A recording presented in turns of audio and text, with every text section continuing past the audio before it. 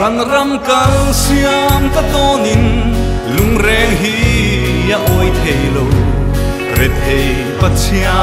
hau sa te in ka razau si dik na le fel not lom tu in nge tung ding theyam in kan ram riang te hian nang le kei himin lao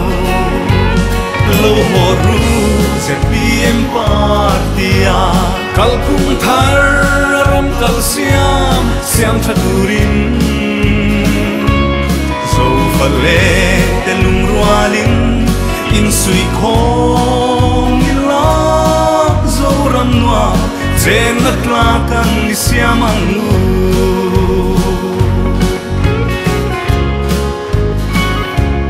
kan ram leilung hau sak na mal som tun min pek song te hai chua kap ma son na ra bi lang kai turin ZPM party lo chu kan ram ta na om chuang lo kan som ve chim le ma chak le thang na mi te lo ho ru ZPM partia kal kum thar ram kal siam siam thaturin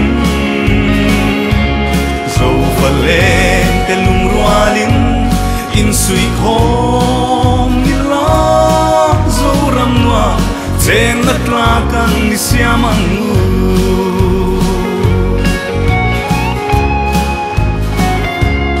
o zo ram lung phang lo la bana kai yang hen holding ret hei pachia chang hai ten leirem man ra vena huan ruat mi huai sente ang lo chua ke zo ram ta idik na chan ho nei tu ring kal kum tharange lo ho ru ZPM partia kal kum thar ram kal siam siam thaturin zo phale te lung rualin in sui khom ila zo ram noa chen na tla kan ni siam ang nu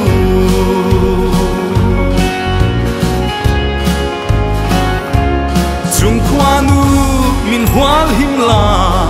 he kan zo ram riang te hi ham ham duang le ma ni in trai puar tu ten ram mangai na ten lova min ra be hi phalul to su do le bum na thang an kam hi hai to long lo ho ru ZPM partia kal kum thar ram kal siam siam thaturin zo phale te lung rualin in sui khom ila zo ram noa chen na tla kan ni siam ang nu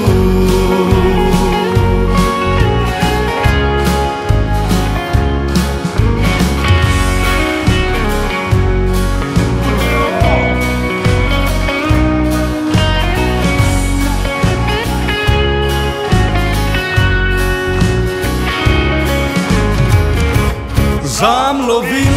ni kal zelam zo ram ta ko la enge mapa len tur ta min chu chou hle ri ma se chung khwanun min shua yang na zo ram thim cha su kiang turin lal pa ma chuan in ZPM party tui yang kan lian lo ho ru ZPM partia kal kum thar ram kal siam siam thaturin zo phale te lung rualin in sui khom